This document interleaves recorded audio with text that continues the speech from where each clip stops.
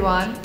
For me, these two are, I think, two extremes of a spectrum, I'd say.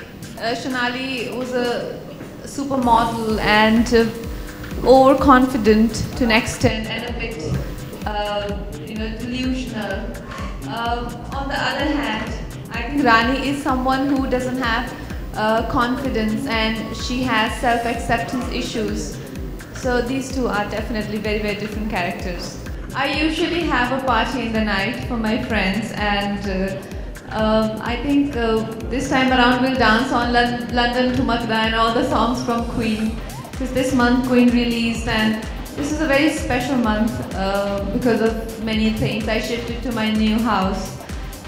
So this birthday is very special. Yeah, I think in a love story, usually lover is the antagonist. It's very common to happen. But I think Raj, as a guy, is not a Magambo-like villain. You know, he's very real in that sense, and he's someone who you can identify with. Like he's naive too. He's not a manipulative guy.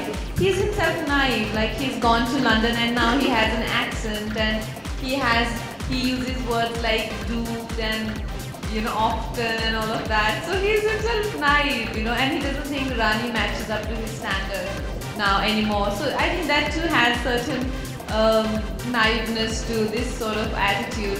So I too consider him very, very real. हम तो बहुत thrilled हैं क्योंकि हम लोगों ने इस film की स्क्रीनिंग एक हफ्ता पहले ही शुरू कर दी थी और हम लोगों को बहुत अच्छा रिस्पांस मिला है. सबसे ज़्यादा हमें इस बात की खुशी है कि जो इंडस्ट्री से लोगों से रिस्पांस मिला है, चाहे ट्विटर पे, चाहे जिन भी लोगों ने अपडेट्स किए हैं, वो कोई कमर्शियल लोग नहीं हैं. वो अपनी जो वो जिस तरह से हमें प्रोत्साहित कर रहे हैं, अपनी खुले तरीके से अपनी भावनाओं को जाहिर कर रहे हैं, ये बहुत ही जेन्युइन और बहुत ही रियल.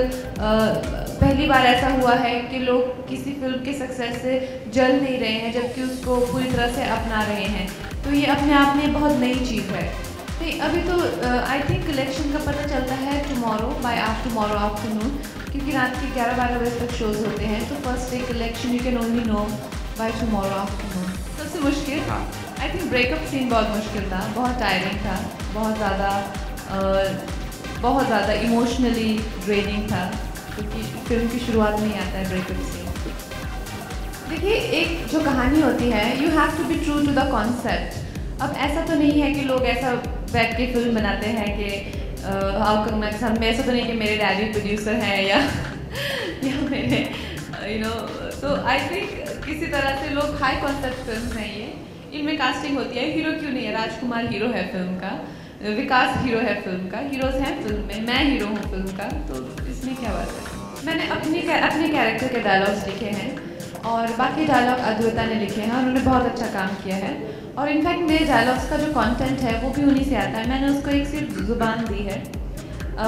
इस फिल्म में मैं कहीं ना कहीं सहायता कर पाई क्योंकि कैरेक्टर को मैं समझ सकती थी, बट बाकी फिल्मों में कहीं हो पता नहीं, देखते हैं शायद तनु मनु में भी किसी एक्सटेंट तक हो. लेकिन रिवॉल्वर रानी जैसे किरदार में जो कि डेकोएट है, चंबल की भाषा बोलती है, उसमें तो एक्चुअली मैं कुछ भी कंट्रीब्यूट नहीं कर पाई. पता नहीं, ये फिल्म बहुत ही प्यारी फिल्म है और 100 करोड़ फिल्म क्लब में तो वो फिल्में भी होती हैं जिनको लोग देख के खुद ही कहते हैं हमारा टॉर्चर हो गया. तो ये ऐसी फिल्म है जो सभी को पसंद आ रही है और एक जेन्युइन एंटरटेनर है. अब ये 100 करोड़ में जाए चाहे नहीं जाए, इससे क्या फ़र्क पड़ता है. अच्छे कमेंट्स आए हैं कि मेरे तो आंसू ही निकल जाते हैं सुन के. अभी मिस्टर शेखर कपूर ने इतना अच्छा ट्वीट किया है, मिस्टर करण जौहर ने ट्वीट किया है, फिर कई लोगों ने तो इतना तक कहा है कि कंगना की जो सीन्स हैं वो अमर अकबर एंथनी से इंडिया टुडे के रिव्यू में लिखा है, मिस्टर बच्चन के सीन से कंपेयर किया है.